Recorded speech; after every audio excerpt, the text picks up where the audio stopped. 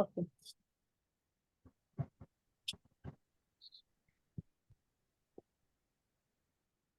Thank you again for your introduction. Good morning or good evening, depending on your location. It's a great pleasure for me to present this part of my PhD project entitled Antimicrobial Resistance in Hospitalized Surgical Patients, a silently emerging public health concern in Benin. Firstly, I want to declare that I have no disclosure to make this presentation. Healthcare-associated infections are infections people get while they are receiving healthcare for another condition. The most frequently reported healthcare-associated are urinary tract infections, pneumonia, and surgical site infection. Some of these infections are treatable easily. They are a great challenge in hospitals, particularly when we think about antibiotic resistance. This remains a challenge in developing countries because of a lack of correct laboratory of bacteriology, a lack of data in hospitals, and also a lack of last resort antibiotic to treat correctly patients. So in our country, the first one study about the prevalence of surgical site infection was done in 2012, and this prevalence was about 24.7%. This slide shows a healthcare setting in Benin. It is like a pyramid. We have 3 different levels. The primary care level, where we found the regional hospitals. After that, we have an intermediate level that constitutes the first reference in departments, and we find the district hospitals. At the top of pyramid, we have the central level, and we have a lot of hospitals, reference centers, and obviously the Ministry of Health. How did this project come about? I want to describe briefly the genesis of the global project. There are 3 different details, 3 different arguments. The first one, since 2009, the government setting up a policy of user fee exemption in our country for cesarean section, with a free kit of antibiotics such as ampicillin, metronidazole, and also gentamicin. Gentamicin was used in the case of complicated cesareans. The second detail is the fact that in the country, we suffer from a lack of national guideline for treatment of surgical site infections, and also for practicing of antibiotic prophylaxis. The third argument was that the ecology of bacteria involving in surgical site infections was unknown, as well as data about the use of antibiotics in the country. It is in this context that the MUSPIC project was started in 2018. MUSPIC, Multidisciplinary Strategy for Prevention and Infection Control. So we involve 6 public hospitals and 2 departments, the gastrointestinal surgery, because of availability of this kind of intervention in all of selected hospitals, the maternity, and particularly the cesarean section, to describe and to find if yes or no the different antibiotics that was in the free kit of cesarean are still active. So we are 2 promoters, one in Belgium, another in Benin, and this project was granted by the ARES, Académie de la Recherche pour l'Enseignement Supérieur. The global objective of the project was to contribute of reducing surgical site infections in surgery departments by promoting hand hygiene and rational use of antibiotics. So before starting, we organized a preliminary observational study, and after that, we met different experts in hospitals to describe and to elaborate the different set of activities for the project. So we were 3 different PhD students in this project. One pharmacist was dedicated to all our activity in the gastrointestinal surgery. Another pharmacist was dedicated also to the infection control in obstetrical surgery. And for me, it's all of activities related to the microbiology and hand hygiene practices in hospitals.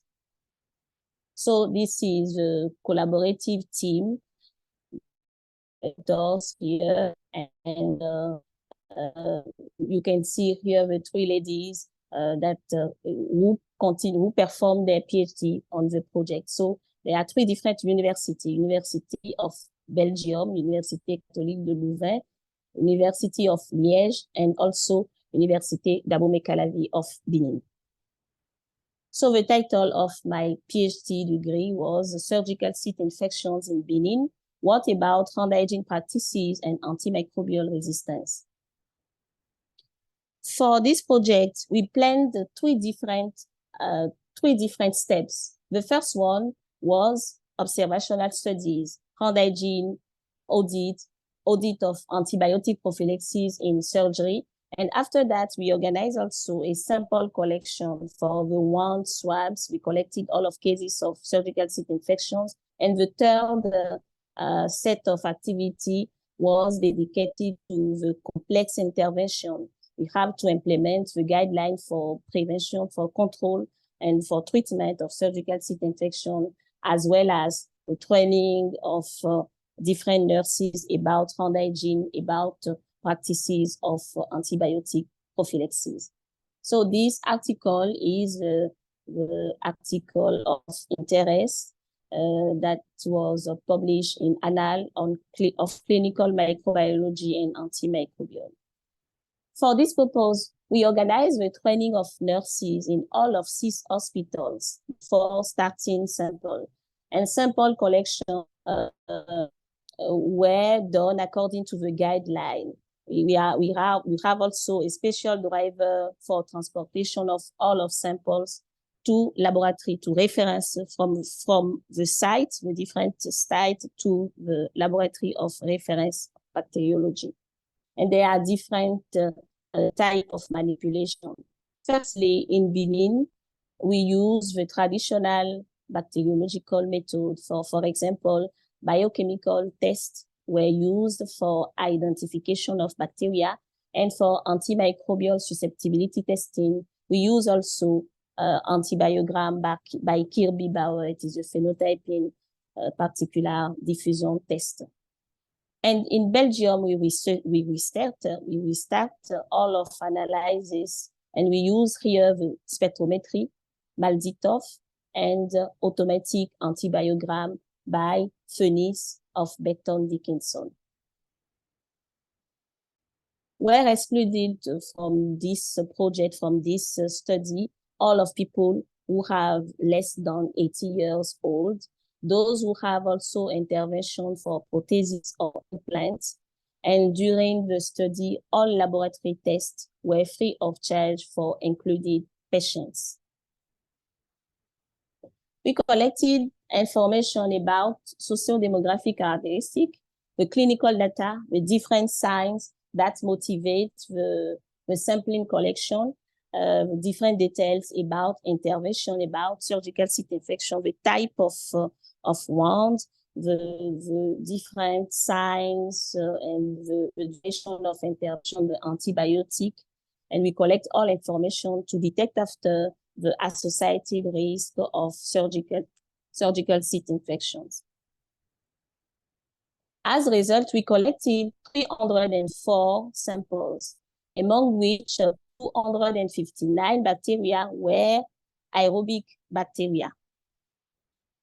More than 65% of Staphylococcus aureus were resistant to methicillin, and also 19% of bacteria were resistant to at least 3 classes of antibiotic. No isolate showed a wild type susceptible phenotype.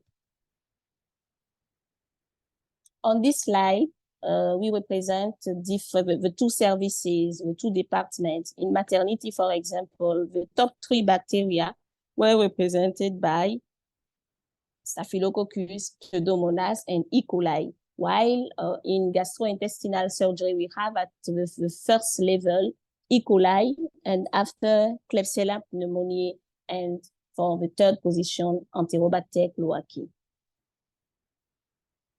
On this slide, you can see that more than 90% of bacteria were resistant to at least 5 classes of antibiotic. And for Klebsiella pneumoniae, for example, almost all of isolate showed resistance to more than 5 classes of antibiotic. This slide for me is very important because it is like we choose 3 colors as a traffic-like color: the red, the green, and the yellow. The red color indicates that there are high rates of resistance. So these bacteria, this antibiotic, for example, showed resistance at least about 75 to 100%.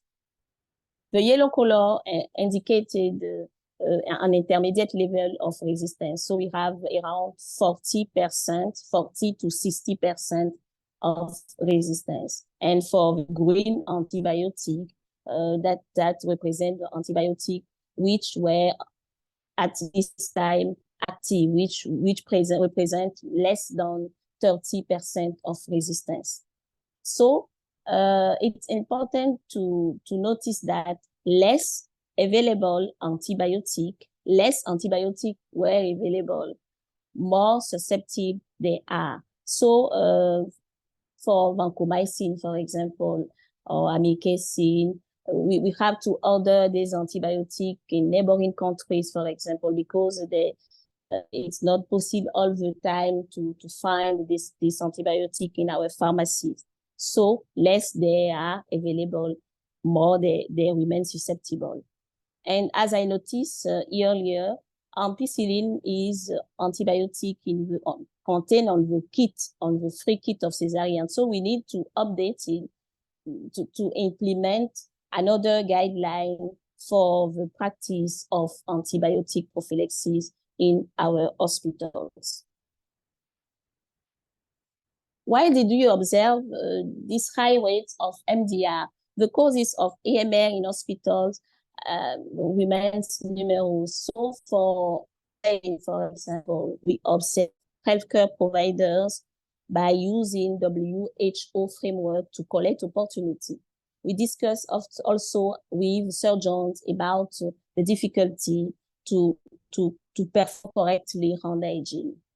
After this first kind of cause that we have in hospital, there are also antibiotic in prophylaxis. So my pharmacist colleague, organized audit of antibiotic prophylaxis based on 5 criteria: the dose, the timing, the type of antibiotic, the duration, and indication. Self-medication in developing countries, this remains very challenging because we don't have specific regulation for dispensation of antibiotic until 2021 in our country. So as a result, hand hygiene compliance was 33.3%. So healthcare providers missed 2 opportunities out of 3 to perform correctly hand hygiene. And where this hand hygiene was performed, also the technique and duration were not respected in the same time. There are also a problem of infrastructure. We lack of potable water, we lack of sink, we lack of alcohol-based hand rubbing in hospitals. For antibiotic prophylaxis, 4 of 5 criteria were not achieved, and almost 2/3 of women receive non-optimal antibiotic prophylaxis in our collection. And before consultation also, we noticed that more than 55% of women were take previously antibiotic before going to the doctor. What were the limitations of this study? We have difficulty to follow up patients. Sometimes the patient didn't return to the hospitals. So we missed certainly a lot of samples. It was also impossible to manage correctly some bacteria, such as fungi or anaerobic, for example, because we don't have appropriate condition, we don't have selected media for a low growing of this kind of bacteria. There are also the relatively few numbers of samples received after 1 month of sampling. We received only 304 collection. It's relatively few. It could be due by the fact that some surgeons were fearless about the criticism. It was possible. So the number was relatively few in our study. So we have a lot of MDR, and we perform also a whole genome sequencing of extended spectrum beta-lactamase on producing E. coli. And we find, for example, that the settings M15 were the most described in the collection. There are also different sequence type of E. coli in the samples. The same exercise was done also with methicillin-resistant staphylococcus, and there are a lot of bacteria that contain PVL, pentovalentine leucocidin, and virulence genes as well. As 3 pinpoints, the rate of MDR in the collection was very high.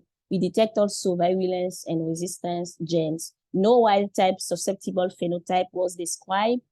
Just one of criteria was properly achieved during audit of my colleague. So it was very important to implement national guideline for treatment of surgical site infection and also for practicing of surgical antimicrobial prophylaxis. So this guideline is available on the hospital, public hospitals, in the project.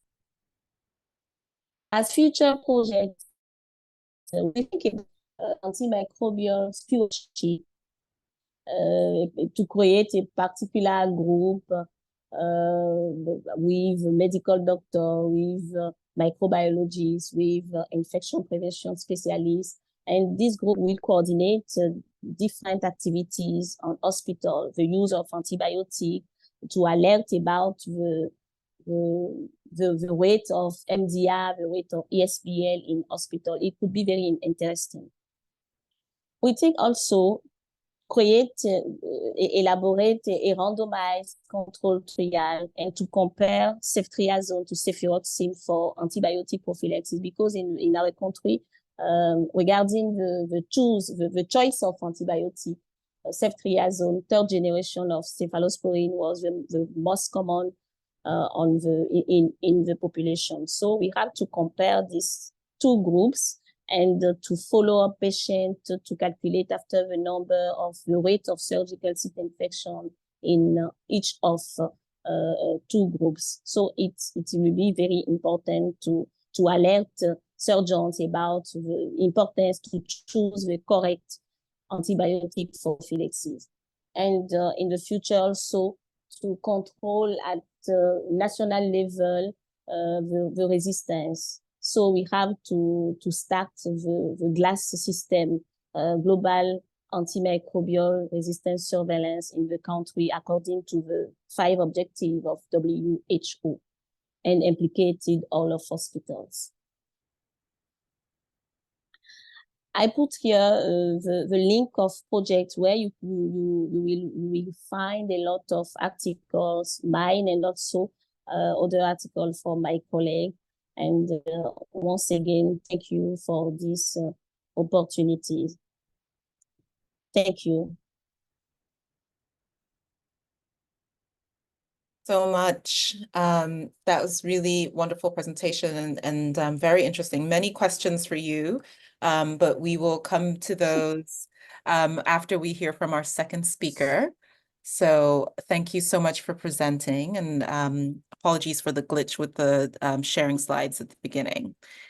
So I am going to see if I can share my screen now. Back to this.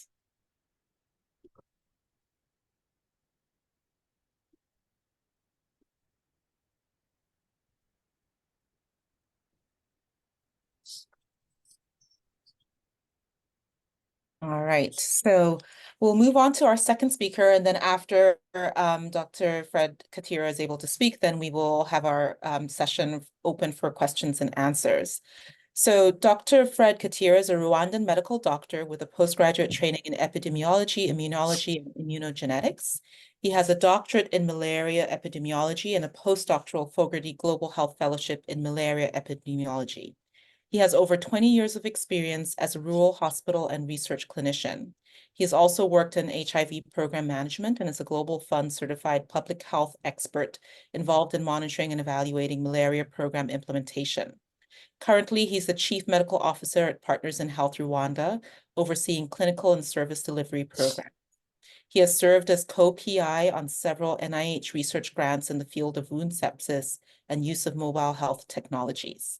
So welcome, Dr. Fred. I'll be moving your slides along for you. So just let me know when to move on to the next slide for you.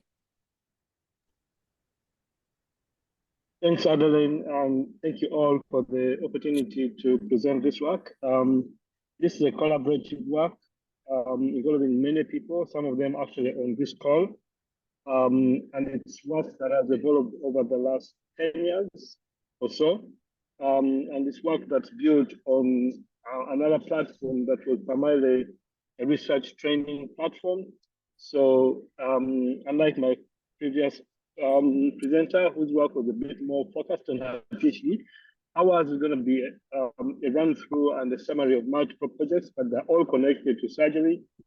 And they're also connected to drug resistance, with the focus mainly on surveillance section. So move next slide, please.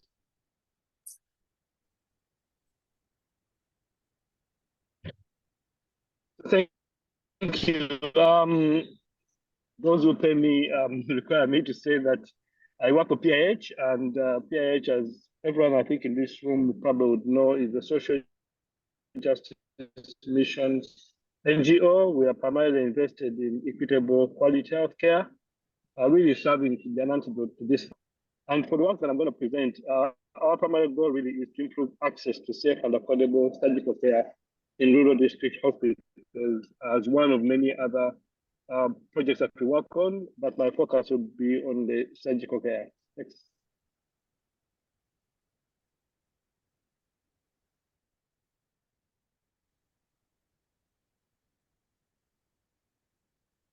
This is the great team of collaborators, diverse background, different settings, variable in time and in disciplines. So it's been a great privilege to work with everyone. The leadership team is on your right, I guess, on my left. But I think I want to shout out to the implementation team that does most of this work, who are probably under-celebrated. This is just not even 10% of the people involved in this work. But just wanted to shout out their thanks and show a few of their faces, or space would allow us. Next.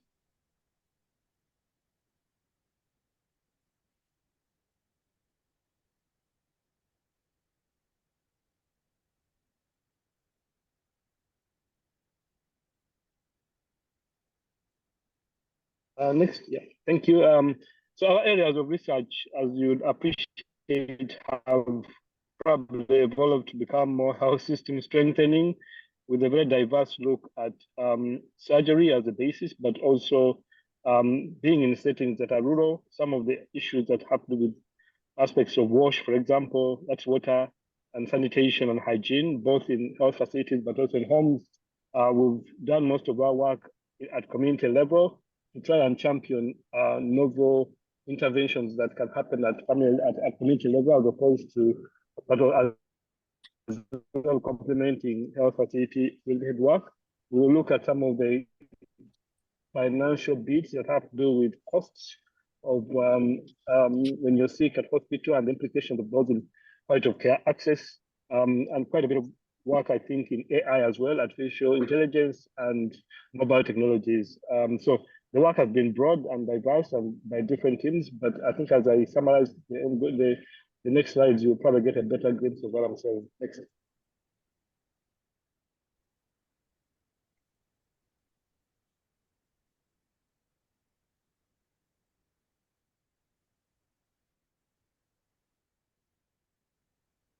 Sorry, there seems to be a lag in time, but hopefully we can get the hang of it.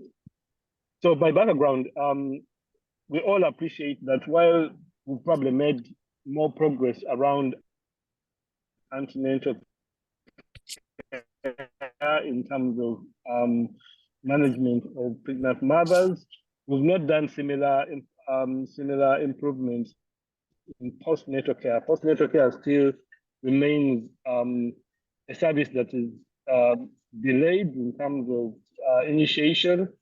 In terms of utilization, it's very, very low. And for most of the pregnant women in our developing state,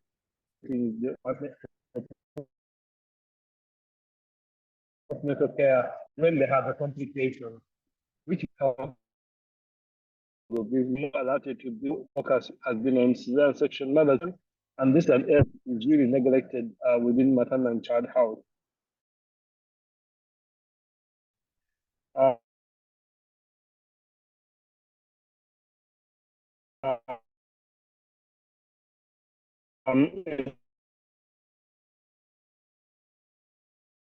Good example, for example, is when you look at the causes of death, this is data that came global. Most of those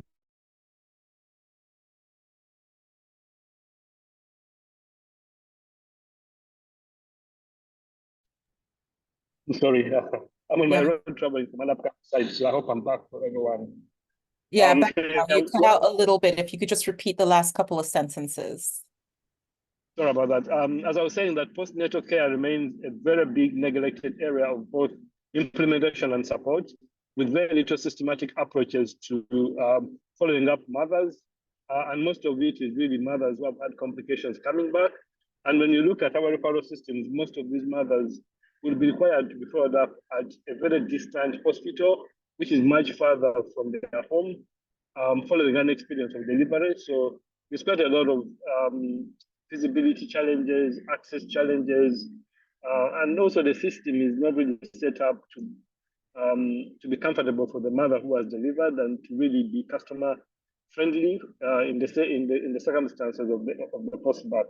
So that's one of the biggest challenges. The next biggest challenge, of course, as we all appreciate here, is surgery and the limited access to safe and affordable surgical care. More than 60% of the world population lacks that.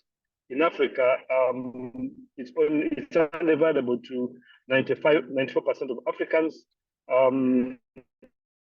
with almost 143 million surgical procedures being needed to save lives. A big challenge of inadequate or poor attended to or lack of designed postnatal care,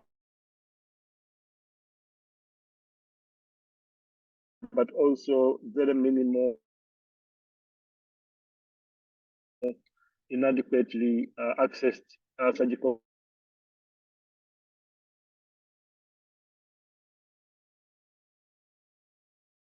care for mothers who are pregnant. Next.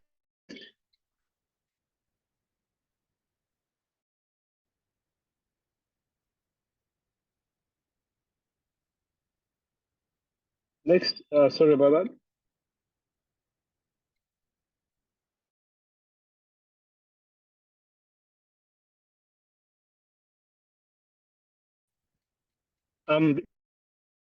This slide as well shows us the big surgical gap. Africa alone, C-section rates are almost 8% global. With even that access, especially at district hospitals, which are the primary health units where basic surgical care, life-saving surgical care is performed, a significant number of people who perform these surgeries are not trained obstetricians. Often they're medical officers often in circumstances or settings that are not optimal for safe and affordable care.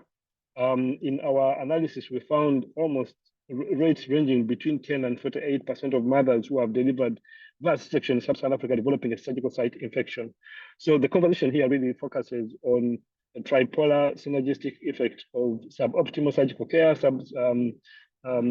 infections as well, surgical infections, and then the drug resistance that comes out of all the issues that my previous speaker spoke of, which is really misuse of antibiotics in a system that has very poor antimicrobial stewardship practices. Next.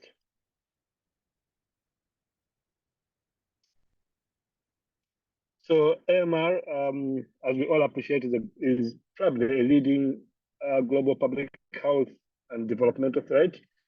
And to make this worse, there's very limited data really to speak to the burden of this problem and for each of the settings to show the diversity of the problem.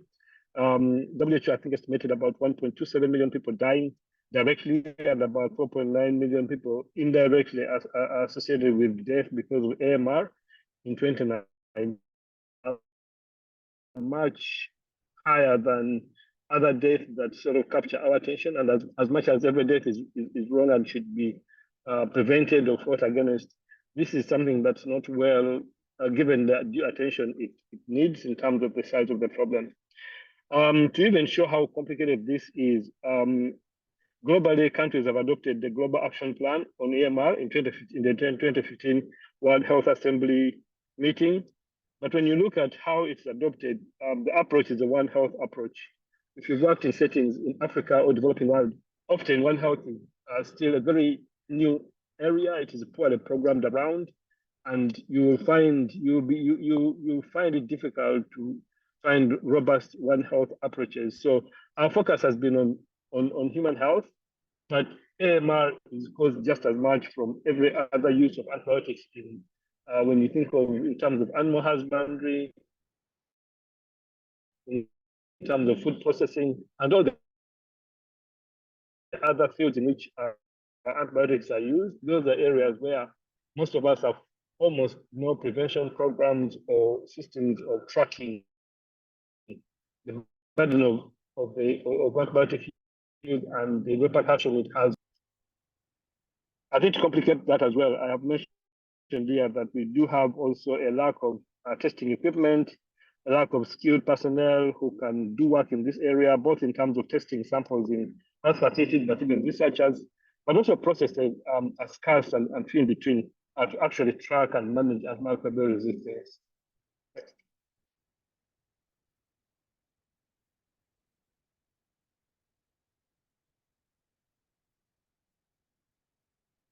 So why home-based care? Our work has primarily been based at home-based.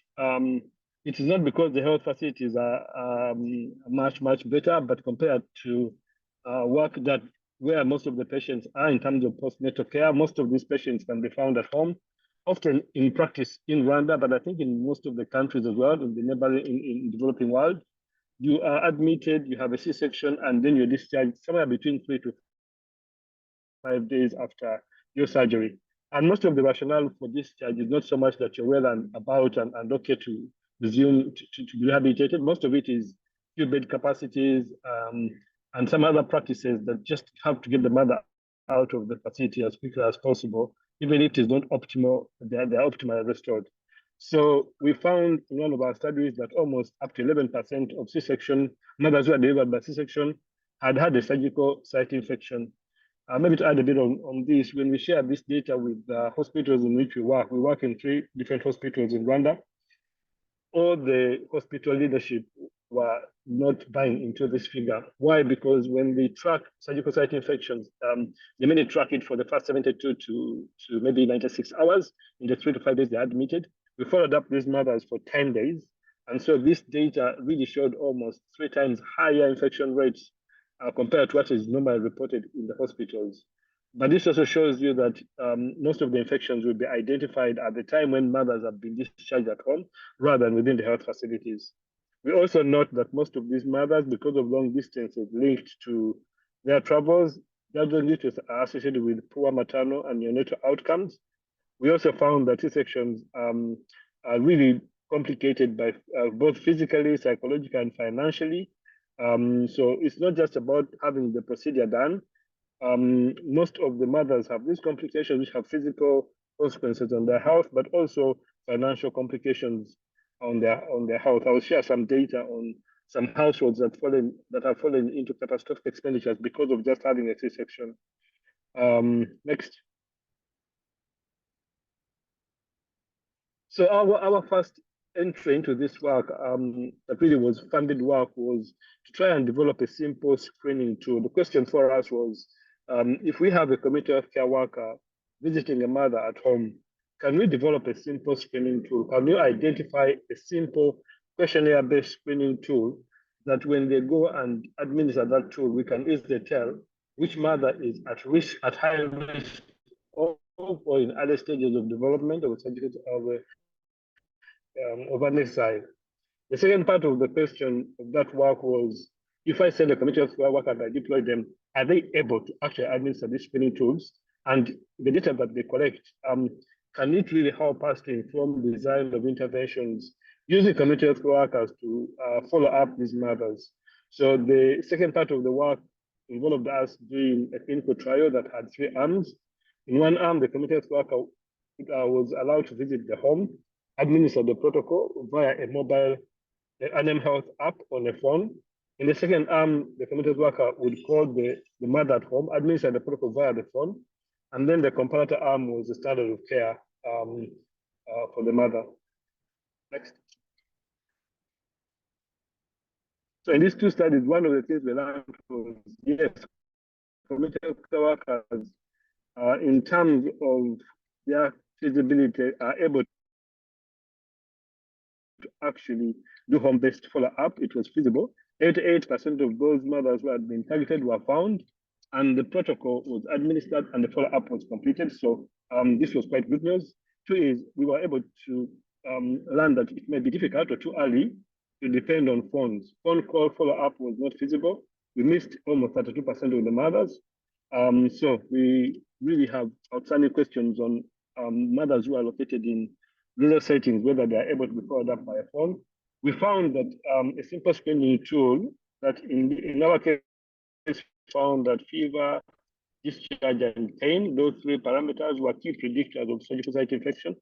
They were able to show that with very good accuracy in a clinical setting, but the accuracy degraded with community workers and in home settings. In other words, when we sent out these mothers, we found that the results were not coherent between the different community care workers, and the results were better when we compare the arm where patients were followed up at hospital compared to those who were followed up at home. Next.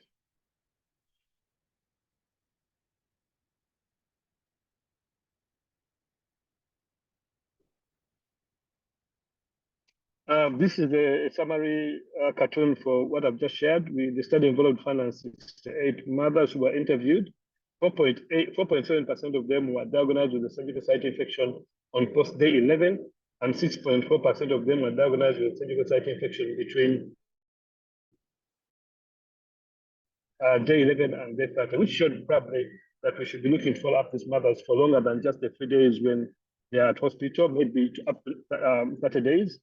We also found those 3 parameters: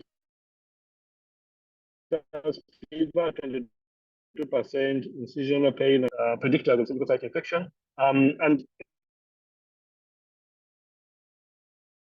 a good part of this work actually involved an identification that even in the facilities in which we are treated, we probably need to look at the study that I'm not able to share the data here on hand washing.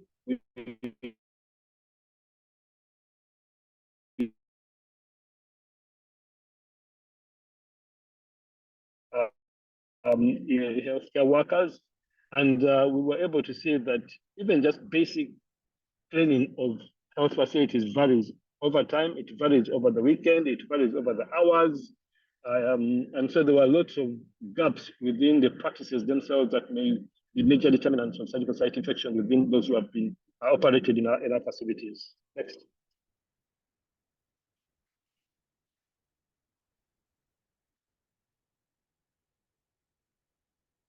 So the second piece of our work really was to try and improve on the first attempt. The second attempt involved really telehealth. We we sent committed workers still, but this time we sent them with phones. The idea was, can they capture images on their phones? And after capturing those images, can they text that image to a GP and look to the GP to make a diagnosis based on the photograph itself? That was the first part of the work. The second part of the work, which we found after realizing that we probably need to develop a wound screener, something to cover around the wound in order to have pictures that were more standardized, that were more comparable between different community workers. So we developed a wound screener app to standardize the image capture process, and still took pictures and shared them by phone to GPs that were based at the hospitals. So in this work, either the mother came back and was examined by the GP, which is the standard of care, or we sent the picture to them and then we compared the results of both of the different interventions. Next.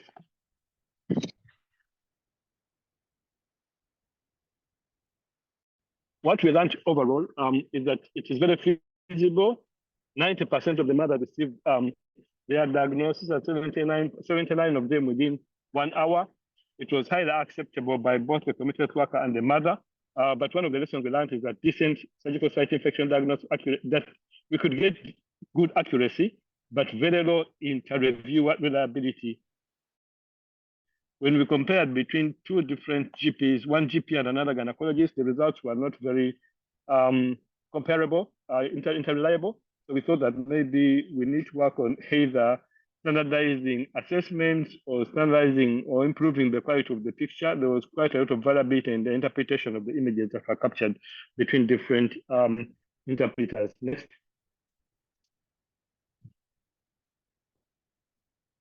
We are now currently working at reviewing diagnostic tools and looking to a better diagnostic tool. Number two, we are looking at maybe a more comprehensive app that involves probably artificial intelligence or adding in other parameters like maybe temperature checks or smell checks.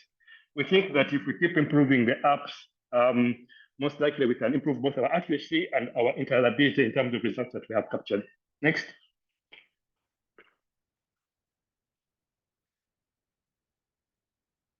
This is the current work. Over the years, we've been doing this. We've been able to develop a database of 140 images with corresponding GP exam diagnosis as a standard of care. We are looking now to move, instead of depending on individuals, on clinicians, or complementing their judgment with an AI algorithm. The idea is if we can develop an algorithm with this much data, it will become more standardized and less person dependent. Next.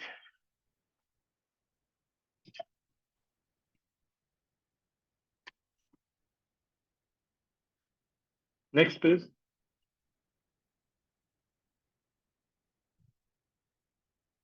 So this is some of the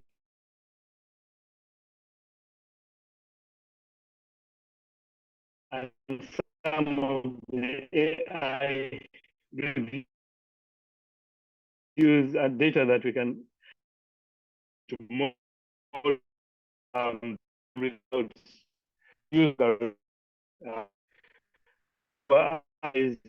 and just really knowing of the big factor maybe improve the that we captured and the quality of it more than enough data will be much more and reliable. Sorry, Fred, you're just cutting out quite a bit for the last couple of sentences. I'm not sure if we're hearing you.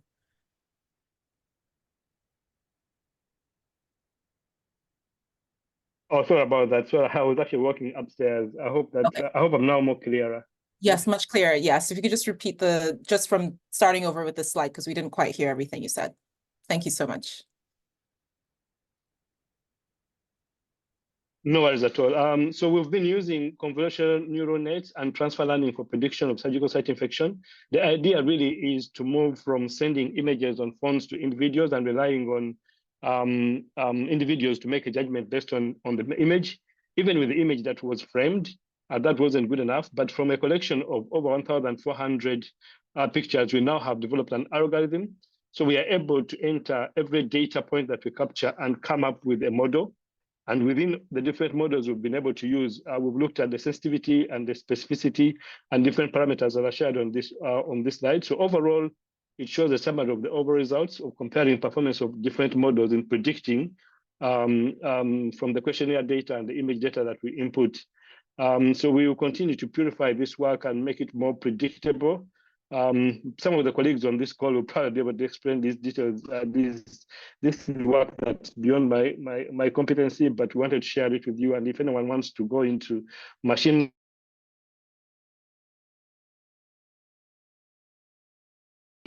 learning and AI, we can answer.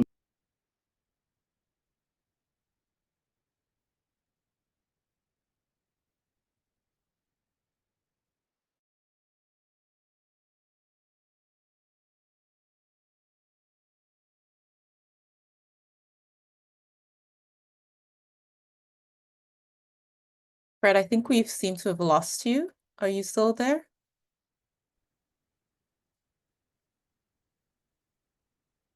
Next. Okay, here we go. Sorry.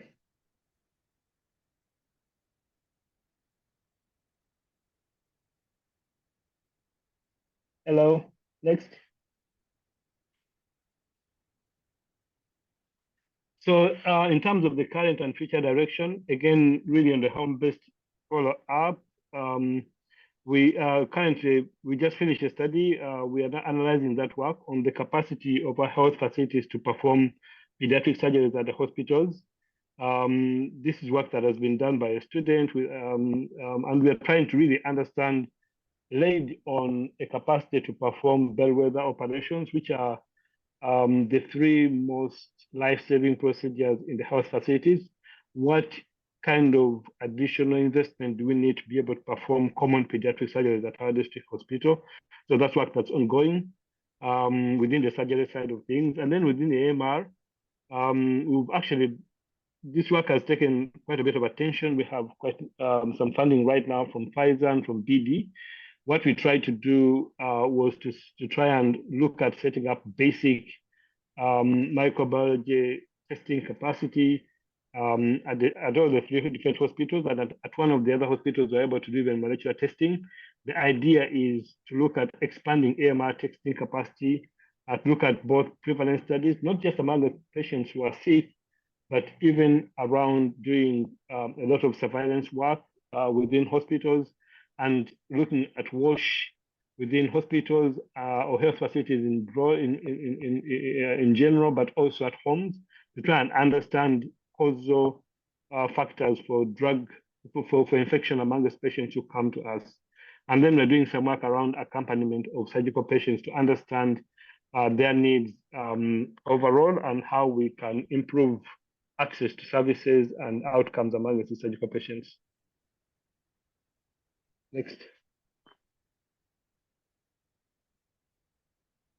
So this is one of the slides really that looks at the true cost of C-sections among the patients in rural Rwanda.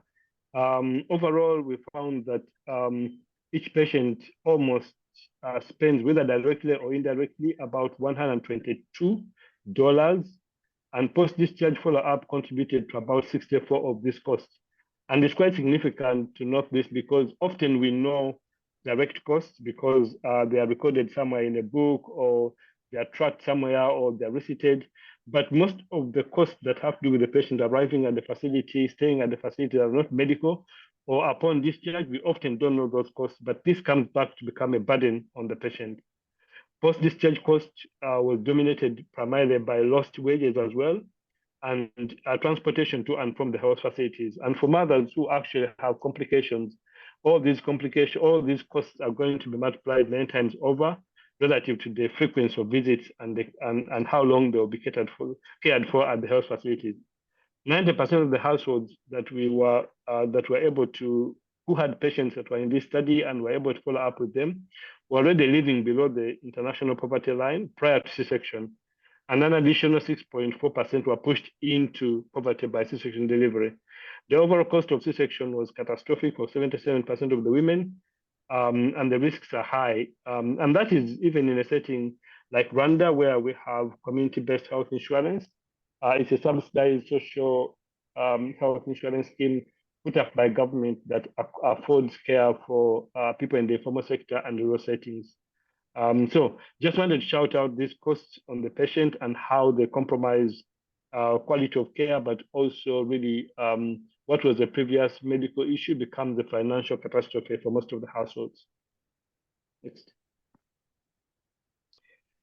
This is work that's evolving, again, speaking to the different gaps we have in postnatal care. If you've taken a child in antenatal care and even during after birth, there's a child card that shows you the different vaccinations, the days of the visits, what will be done, and there's documentation and feedback to the mother. Not so much really when a mother has been discharged, and for postnatal care for the mother, there's very little information going around. So this work was really trying to develop communication tools, support patient discharge instructions. And remember, for most of these mothers, they deliver at the hospital, but when they're going to be followed up, they're usually followed up at the health center. So we're trying to look at how to improve information capture, guidance for the mother, but also when she comes back for follow-up, whatever it is, this document can help in decision-making and in following up the mother. So this is an example of a flyer and a flip book that we are looking at. Now, when you look inside, we have also developed some discharge instructions after C-sections. In other words, when a mother is being discharged, we are proposing that this is some kind of information that can be shared with them, where they can easily know on a picture without necessarily reading a lot of material. For those who are illiterate, for example, what kind of symptom should be considered as abnormal. If you look at the cartoon, you will notice that aspects of bleeding, abnormal bleeding, aspects of pain, aspects of temperature, swelling of the breast, and some of the mental health aspects, such as being sad or not feeling well. So we were trying to use these tools to hopefully ignite or catalyze easy recognition of common symptoms and then seek care. And the cartoon in the middle shows some of what we would call danger signs that they should look out for these mothers. And this particular tool is actually primarily for the mother after they have been discharged at home. I do think that we have also looked at some of the tools or some of the information that we may give the healthcare workers, both in terms of teaching these mothers, but also in terms of evaluating patients when they're in follow-up. Next. So we've done some work on antimicrobial resistance. The first project really was to describe the epidemiology of surgical site infections and associated AMR profiles amongst women delivering by C-section in rural Rwanda. I think I shared some of this information earlier. We learned that 5.7% of the mothers on day 11 were actually found with a surgical site infection, 57 pathogens. So for those mothers who had a wound that had either discharge or that was painful, we collected some of the samples, we tested them. We found that 50% of the pathogens were actually isolated, and amongst those that were typed, 87% almost were gram negative.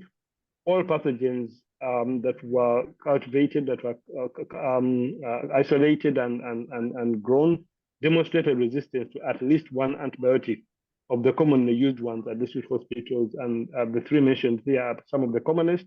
But overall, there was at least one antibiotic that's commonly used being resistant. Next. The second project really was to assess whether it is possible to develop capacity to really perform AMR testing in rural district hospitals, and also to look at the costs that were involved in setting up routinely these kind of routine activities. We were able to show that among the 3 hospitals that were followed up and where 600 samples were collected, I believe over a period of 3 months, the total cost of the wound AMR study was about 245,000. We actually used this as an opportunity to see whether we can actually develop these protocols, but also care programs within routine funding sources rather than waiting for foreign funding.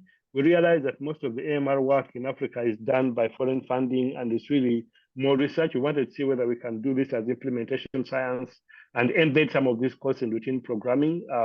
So a bill of about 250,000, almost 250,000 is what it would take to set up a basic wound AMR study at 3 sites.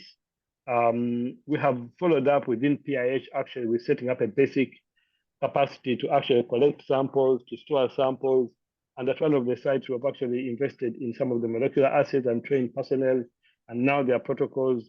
So this work has grown, but it was helpful for us to cost it out and to use this data to really advocate and see whether we can inculcate it within routine programming. The second study was on wound infection. And the goal really was to establish capacity amongst even the existing lab technicians, but working with nurses on basics of how to collect samples, on how to culture them. And also we were able to work with the National Reference Lab in Rwanda to do the molecular assays as well. So this was really more of a capacity development, but also developing a continuum of care within our healthcare system to demonstrate that it's possible, it will cost us this much, and these are the key people that are going to be needed, and this is the capacity that will be needed to develop that team. Next. I think these are all the slides I have from you, Fred.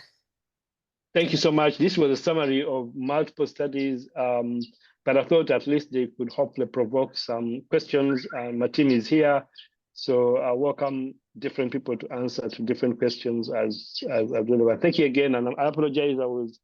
The first part of the call, I was in a car traveling back from Butala and it was raining heavily, so apologies for any unclarities in my presentation. Thanks again for the opportunity. Thank you so much, Fred, and thank you, Karine, for your presentations. Very interesting to see the work from both of you, and you know, even though this is just an hour's presentation, I know it represents many hours, months, maybe years of work that have gone into this. And so we really appreciate you taking the time to come and share this with us. You know, I think from Dr. Karine, we were able to see a really in-depth view of looking at antibiotic use and the antibiotic resistance profile of these infections. And Dr. Fred, you were able to share with us a little bit of the challenges and successes in terms of implementing how to screen for surgical site infections in the community in particular, which I think is really quite important, as we all know that these infections often develop outside of the hospital setting. So we're just sharing a screen now. Thank you, Maureen, for putting this up to show where our audience is from and where we're all talking, just so we all know who's amongst us. And you can see we have very broad representation from across the globe. I think we need to, the time difference maybe makes it difficult for colleagues from Australia, New Zealand, that area of the world to join us. But beyond that, we have representation from pretty much everywhere around the world. So thank you so much for joining us. So now we have about 15 minutes or 10 to 15 minutes of discussion time. And so opening it up to questions. If for people who are going to ask questions, I might ask if you could just say your name and where you're calling from and who you are, just so we know who we're talking to. And you could either raise your hand, or if you want to put your question in the chat, I'm happy to help deliver it. And as people are gathering themselves, I might just start off with one question, and this sort of speaks a little bit to where we ended with Fred talking about how to implement this into routine sort of practice. And I was curious to hear from you, Karine, about, you know, I think you mentioned in your paper, and this was done in a research setting, but how does it look to, do you think, what are the challenges and possibilities for trying to incorporate some of this antimicrobial testing into more routine clinical practice so that we have more up-to-date or real-time information to guide clinical practice? And maybe I'll go to you first, Corinne, and then Fred, you can comment as well, based on the work that you were doing towards the end that you mentioned. And Corinne, you're muted if you are speaking.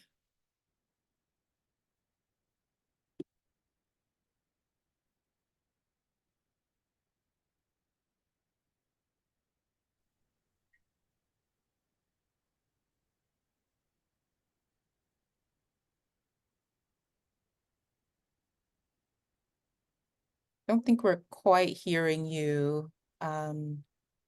Did you hear us, Corinne? Hello. Yes. Did you hear my question to you? No, can you repeat, please?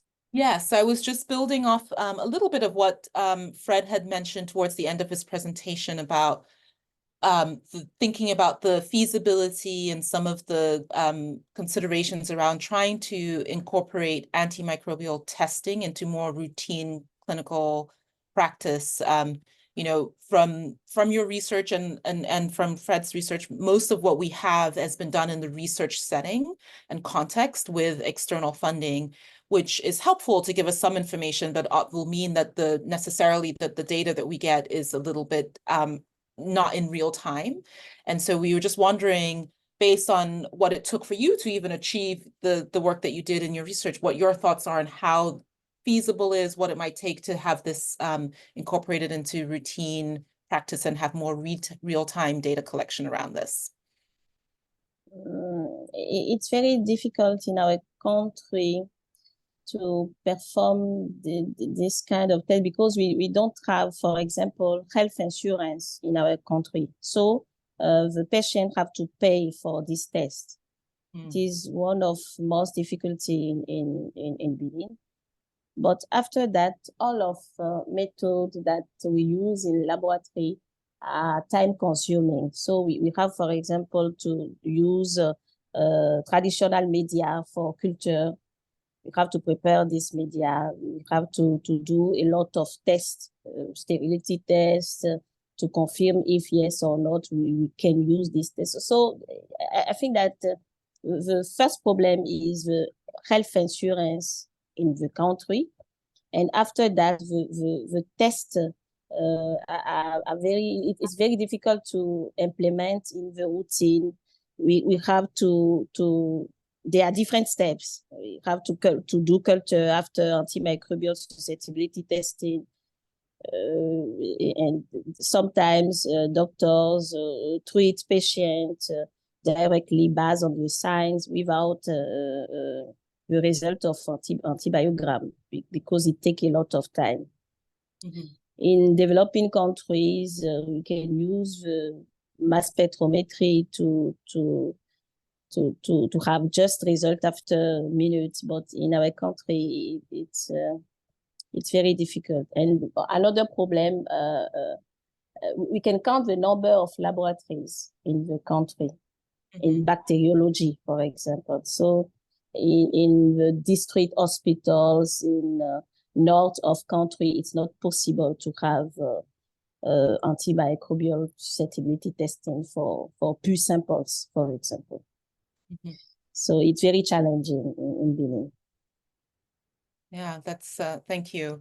You know, I'm curious, Fred, you on the last slide you did present some of the costs that might be involved in to do this sort of work at a district hospital, or were there any, do you have any thoughts about where to source the financing and how that might actually happen, even knowing what those costs are? That's a good question. One, I think that we're a bit lucky because as an NGO, we can be intentional in where we situate our resources. And so we try to bridge the gaps that probably are biggest within a government setting. So we're a bit lucky in that sense. But one, I think, is to make a case for the value of microbiology within routine care. If you have most of the commonly prescribed antibiotics being resistant, one would probably make a case that actually it makes financial sense to invest in microbiology work, because why spend so much money buying antibiotics that actually don't work? So if you can translate your findings more above and beyond just patient care, optimal patient care, but towards saving money, many people within public health systems will probably understand you. The other is probably a challenge of referral systems. The way the healthcare system is set up is such that if a patient gets sicker, I generally will refer them to the next level. So you find that drug resistance testing and microbial resistance testing happens at the highest level. There's not a lot of incentive to do it at a lower level because the next instinct is to refer the patient higher up. So I think that probably the biggest value then would be to invest in more surveillance work on the whole rather than patient care to try and improve rational drug use and have a clear rational antimicrobial stewardship program rather than case by case, because you may not stay with the patient long enough to know what may have caused the problem. And then thirdly, in terms of resourcing the money, I do think actually most of the basic microscopy culture capacity is actually there. It's just that we tend to treat people syndromically. So improving diagnostic pathways and quality improvement approaches can be spaces where you can actually invest in microbiology work and AMR work in particular. So I think we can be a bit more creative, but we need to think about it from a money perspective, from a systematic perspective rather than patient care, and understanding the whole setup of the healthcare system. Thank you. I have so many more questions, but I will let others speak as well. So I see a hand up from Maureen. Do you want to introduce yourself and ask a question? Hi, thank you so much for two great presentations, which have really highlighted an important topic. My name is Maureen. I'm a PGSSC research fellow, and I'm joining in from Sweden currently. My question to both the speakers is that your important work actually highlights a deeper problem in our societies, the use of antibiotics without regulation. And I'm thinking that in particular in the pregnant population, there is a need to make sure that these women are not exposed to antibiotics unnecessarily, especially considering the fact that we want them not to get sick post-operatively so that they can go to their newborns and focus on that part of their journey. So I would like to ask you, how do you think your results are translatable in a policy perspective? Because your findings are actually generalizable to many countries around the world. Thank you.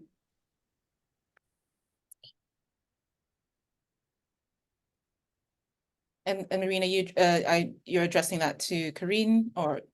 Both the speakers, how they can implement policy.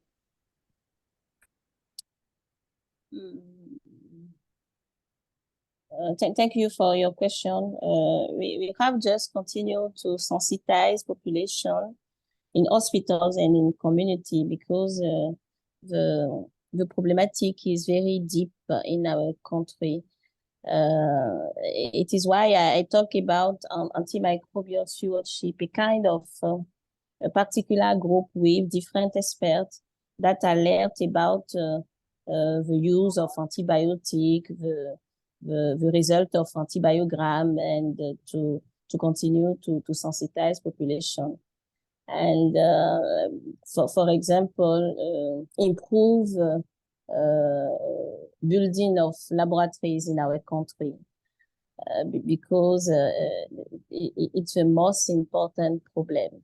I don't know the number exactly, but we have just 4 or 5 correct laboratory of bacteriology in our country. So without result of antibiogram, we cannot treat patient. And in this case, all of the time, medical doctor put just antibiotic according to the sign, and they didn't wait for the result of antibiogram. So we need to know exactly in each context, in each for each specimen, the ecology, the etiological bacteria, that were involved in before treat patients. So we have just to continue sensitize population in hospital as well as in community. Fred, do you have any comments on that question? I mean, some of these problems are systematic. They're not just individual healthcare workers. In a setting where you have limited number of options in terms of the antibiotic profiles that you can use, in a setting where you know that if this mother is discharged, often I'm not going to be able to see this mother again because you have one hospital serving over 500,000 people. So there are some decisions that are made, wrong as they are, but within the context of the work that is being done. But I do believe in most countries, you'd almost have, in Rwanda, we have a national reference laboratory. Part of their job really is to develop sentinel surveillance sites that can monitor drug resistance as a program rather than at individual level. And I think for me, if those are working very well, that can even inform what is procured and therefore what's available to the masses. One. Two is we tend to tell people that, like in the US, you can't just get an antibiotic without a prescription. Well, the problem is that if the people who prescribe are very few and they're all based in towns, you really can't implement a policy like that because the ratio of doctors to patients is so big that it really doesn't make sense that people should only get antibiotics when they have no one to prescribe them in the first place. So maybe increasing that number in the long run would help to both implement the policy and know that the policy can actually be, people can be compliant to it. And then lastly, I think that we also need to work at big pharma. When I worked at most of the national hospitals, the antibiotics prescribed were mainly because most of the pharmaceutical reps would come and talk to different physicians about how good a drug is. And then they would begin using it, whether there were studies in the local setting to justify that report or not. So maybe those are conversations where the regulation also can be within big pharma because they generally influence a significant amount of antibiotic prescription amongst the biggest hospitals. But having said all that, we did some work again amongst mothers who are delivered by C-section, and we're looking at antibiotic use, and we're dumbfounded to realize that even before mother comes to the hospital, they had an antibiotic. During the time they're being prepped for C-section, before they are actually have a C-section, they have another antibiotic.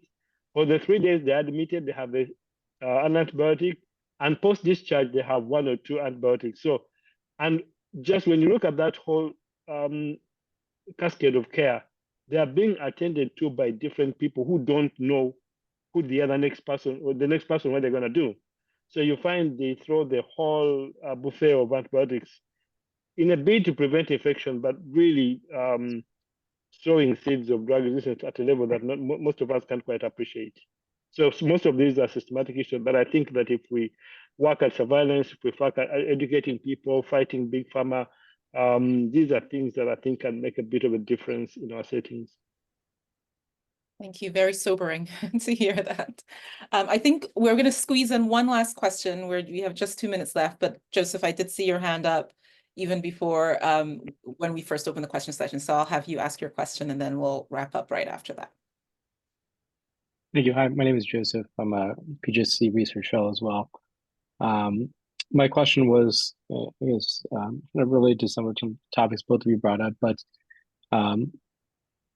how do hospitals and central labs collaborate and monitor resistance, and who is responsible for those efforts, especially to study, as you mentioned in both of your studies, the heterogeneity between different hospitals and populations within a country so that we can overcome some of these resource limitations?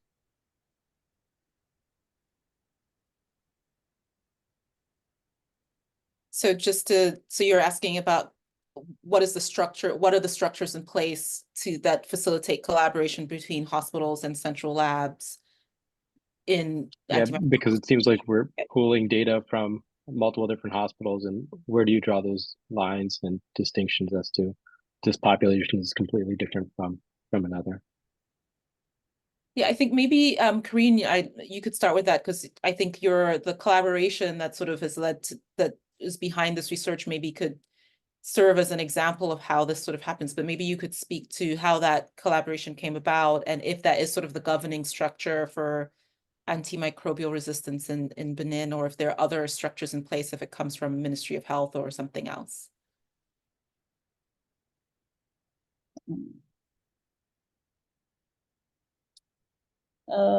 Sorry, I didn't get your last question, please.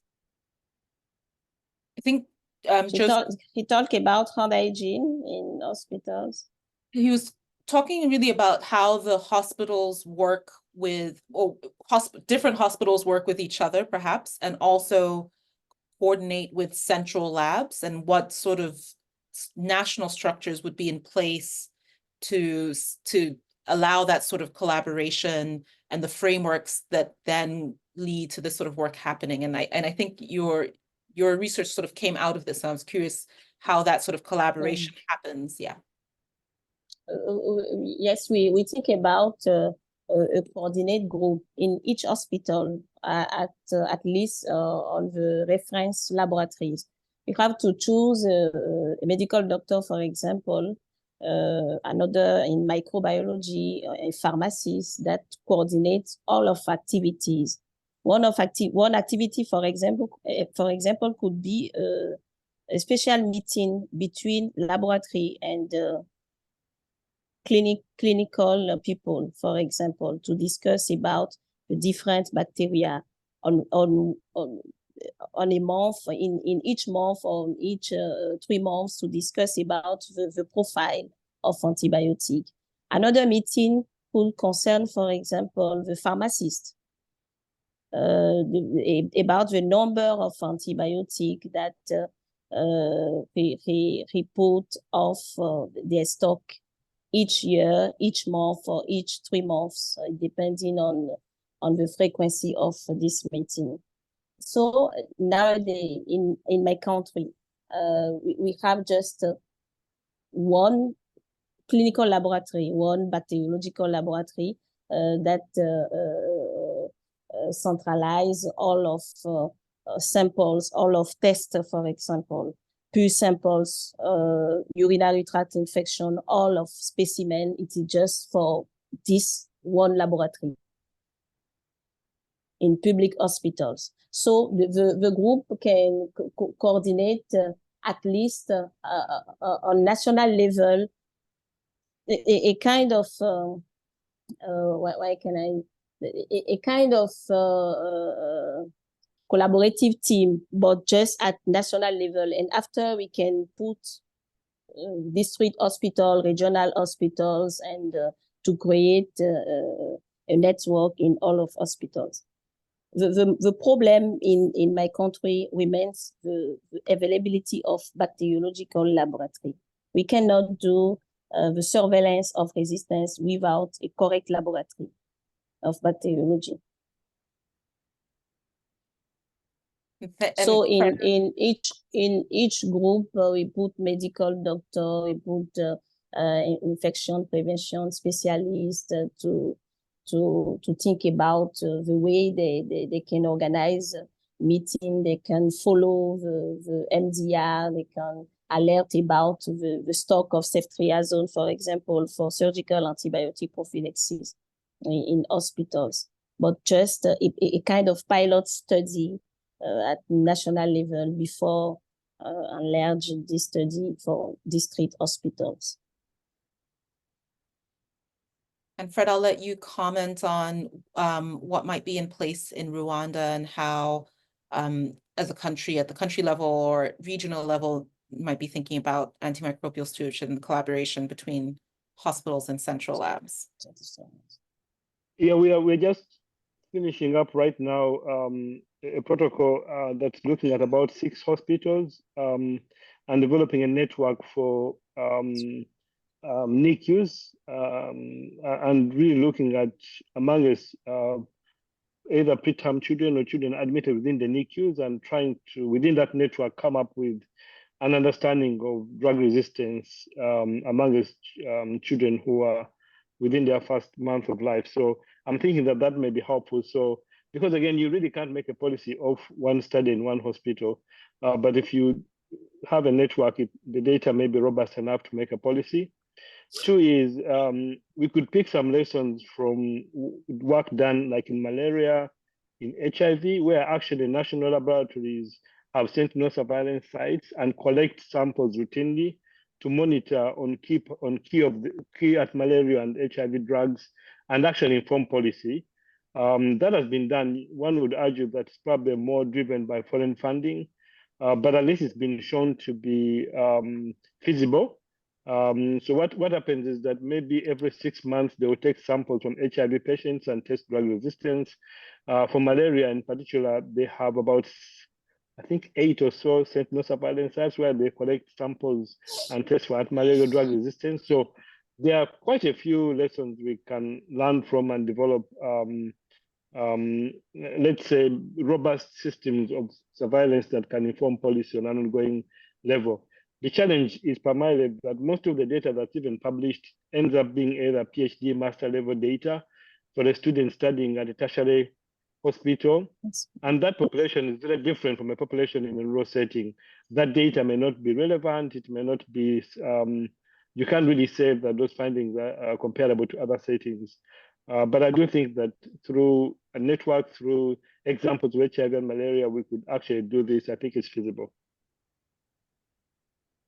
Well, I think that we could talk for many, many more hours. I certainly have many more questions, and I'm sure there are more amongst the audience here, but unfortunately we have to end our time together. So I wanted to extend a really big thank you to both Corinne and Fred for taking time to come and share their work with us. Really valuable work that we're learning a lot from, and we really hope that you're continuing in this path, and hopefully in a year or two we can hear more from you and about where things stand at that time. Our next seminar session will be February 8th. And so stay tuned for that, and we'll end there. And just as one quick thing, Corinne, I think there was a message that was directed at you in the chat from Stefan. Just wanted to draw your attention there to that just before I end this, so that you can hopefully connect with them. But thank you everybody for joining. And again, thank you very much to our speakers. Thanks a million. Thank you. Yeah.